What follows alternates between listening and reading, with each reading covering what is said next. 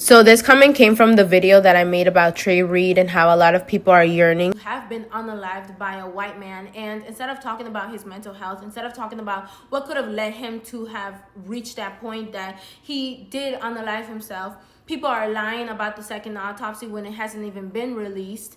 And a lot of people are just overall saying really weird things, such as, oh my goodness, black people would never hang themselves. Does bother me because there's a lot of mental health issues that we have within the black community, within the Latino community, within a lot of different communities, and we're not addressing that, and instead we're just repeating cycles. Growing up, I knew a lot of black people that would tell me, oh my goodness, my mother, she hits me with wires, she hits me with pots. And in the Latino community, this is the exact same issue. If you ever watch the Latino news, you will see sometimes there are stories of mothers beating up their children so badly they unalive them. And it does sadden me because a lot of people are not wanting to take accountability. Whenever women do talk about men's mental health, they're always told that they're pick-me's. That's why I love that content creator, it's Tay Tay Baby, because she talks a lot about men's mental health. And there are some women that misconstrue that as saying she is anti-women. Like, how can you not, as a woman, look at both genders and how both genders suffer from things? Men also are violated. Men are also sexually abused, just like women. But when it comes to women being sexually abused, women always talk about that. And, I have met men who have literally told me, when I was younger, there was an older woman that was like always wanting to be with me, and I'm like, you understand that is abuse, right? They don't understand how that's abuse, because again, a lot of the times society tells men that they're not victims of anything.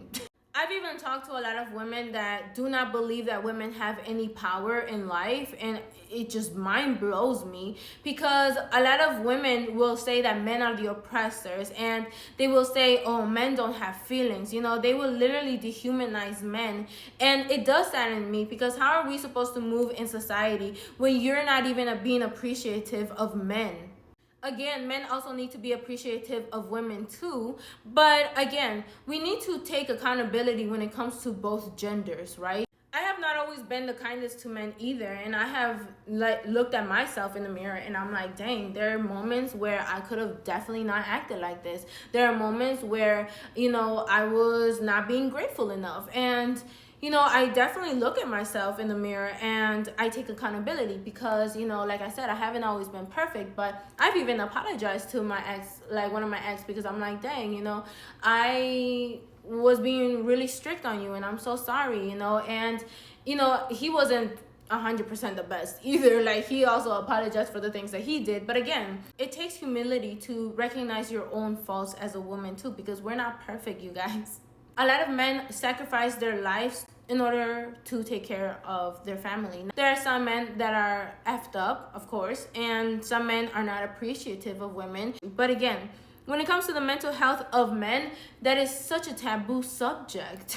Even when it comes to the gangs, I do talk about that, because they're the ones that are actively ruining our societies. And, when it comes to the Latino community, the black community, this is something that we're not taking accountability for. Kids that are forced into that lifestyle, and I 100% am against those things. And even when it comes to the illegal immigration that I'm speaking against, a lot of that has to do with children being specifically attacked and children being victimized of these illegal immigrants. And I'm against these things. There are so many people that, want to call me MAGA or want to say that I'm an awful person, all because I'm like talking about like, hey, you understand that by supporting illegal immigrants, you're supporting the cartel. The cartel are actively going after children and women and vulnerable men, and we are repeating this cycle. Our people are not healing from the mental health, they're just creating new cycles or repeating old cycles. A lot of Latinos are alcoholics. We can point to colonization, but again,